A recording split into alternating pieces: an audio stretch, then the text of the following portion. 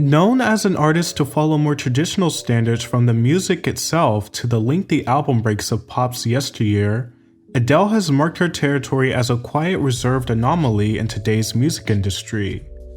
After years of silence and anticipation, she dropped 30, which was met with universal acclaim, with praises for its introspective lyrics and well-constructed music, being labeled her most ambitious work to date, although arguably not her best. Adele is an artist that isn't as reliant on a consistently huge and long-winded promotional campaign, and when you have the best-selling album of the century, alongside two of your albums being credited with saving physical sales, that type of understated approach is expected to some degree.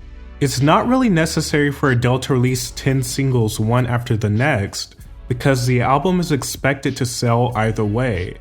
Adele is a deliberately stripped music artist, so it aligns more with her brand. 21 is the album for Adele that had smash hit after smash hit, while the rest of her albums seem to have one huge smash and then normal hits. But with Adele's 30, it seems like she completely relied on front-loaded anticipation more than ever.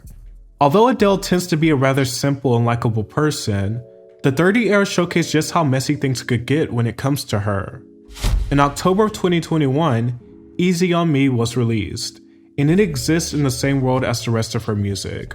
Although being a bit more bare, stripped, and not as generally appealing as the typical Adele song, it is still a good song, but listening to it within the context of the album, it doesn't sound like an obvious lead single choice.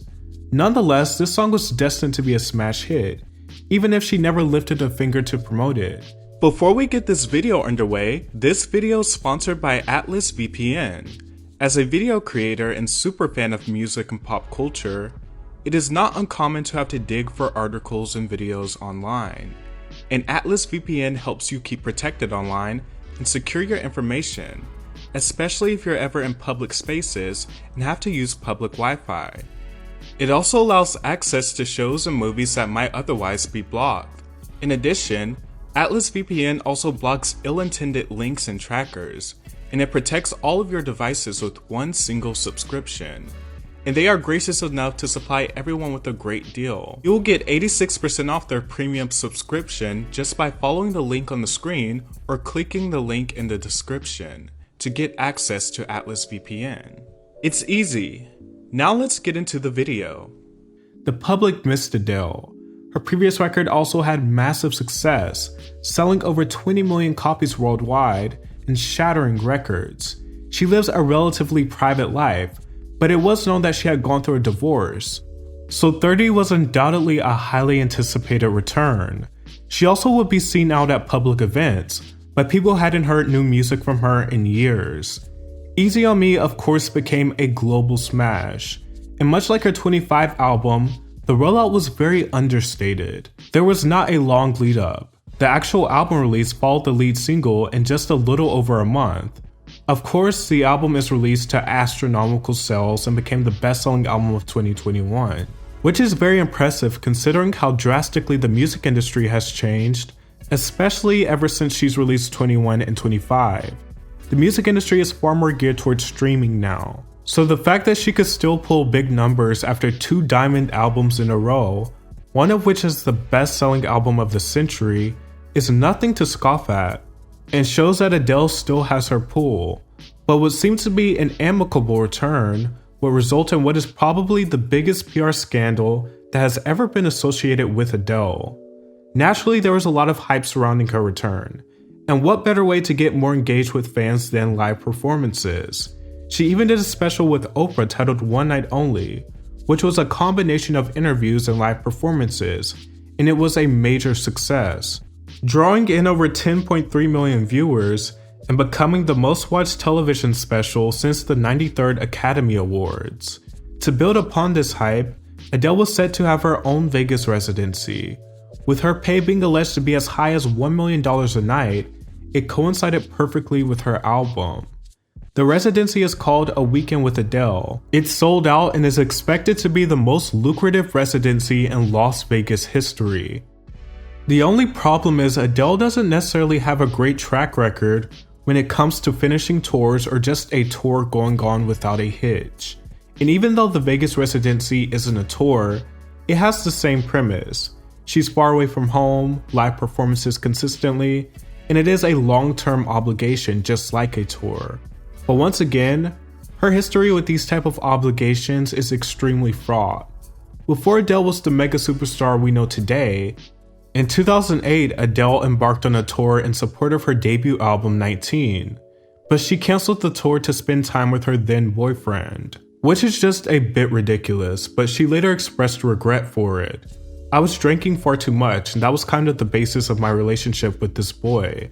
I couldn't bear to be without him, so I was like, well, okay, I'll cancel my stuff then, she added. We refer to that period as ELC, my early life crisis. Now I'm sober, I'm like, I can't believe I did that. It seems so ungrateful. But that wouldn't be the last time she had troubles with committing to her live performance obligations. Her tour that came off the back of 21, simply titled Adele Live, was cancelled due to vocal problems, which ultimately resulted in her having surgery. And years later, while promoting her 25 album, she expressed that she doesn't know if she'll ever tour again. Touring is a peculiar thing. It doesn't suit me particularly well, she continued. I'm a real homebody, and I get so much joy in the small things. Plus, I'm dramatic and have a terrible history of touring. Until now, that is. I've done 119 shows. These last 4 will take me up to 123. It has been hard and an absolute thrill and pleasure to have done. I only ever did this tour for you and to hopefully have an impact on you, the same way some of my favorite artists have had on me live. And I wanted my final shows to be in London, because I don't know if I'll ever tour again, and so I want my last time to be at home. The tour, simply titled Adele Live 2016 and 2017, went off almost without a hitch, until she had to cancel her last 2 days due to vocal problems once again. Adele clearly does not like touring and has her history of unprofessionalism alongside issues with upkeeping her voice with it, so it should be no surprise that this would reoccur again in some form. But her most recent postponement was more explosive than her previous for a number of reasons. Adele had confirmed the residency shortly after 30. Billboard estimated that Adele earned more than $50 million in ticket sales, averaging more than $2 million per show. In January of 2022, Adele announced the postponement of the show, just 1 day before the opening was set to take place. She posted a video and claimed the main reason is several COVID positive cases on her team.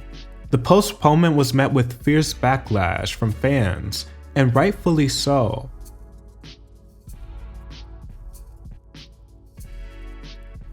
I don't think her postponing was necessarily the issue, but how it was done last minute. Most of the people coming to see her likely aren't living in Vegas, so they had to pay for hotels, plane tickets, or car rentals and so on. Sure, they could probably get a refund for Adele's tickets, but they could not get a refund for all the other expenses gone into the trip. And it would hit even worse for people whose entire purpose of going to Vegas was to see Adele. There are people who travel to Vegas exclusively for her.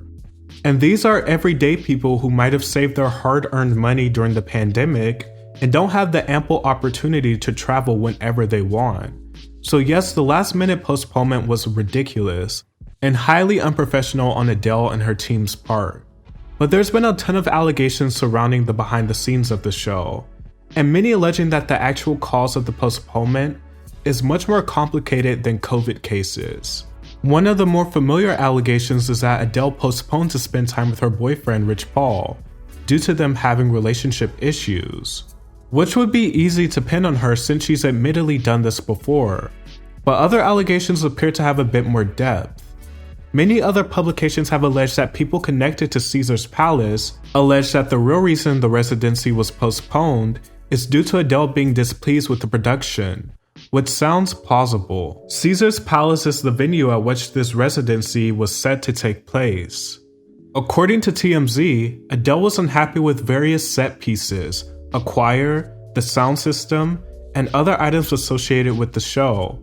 Several sources say they could not satisfy her production demands. They say she felt numerous elements were not good enough. That said, we're told the folks at Caesars were shocked when Adele canceled at the last minute. Mind you, crews have been hard at work on every aspect of the show since at least December.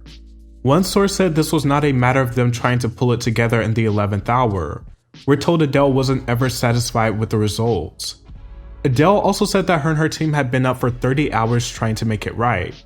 But ultimately, I think even Adele's own statement sort of unintentionally aligns with the allegation that she was just not satisfied with the production of the show. Now, Adele has spent time trying to make this right, doing meetings with fans, on FaceTime with fans, offering to cover costs, which she absolutely should do.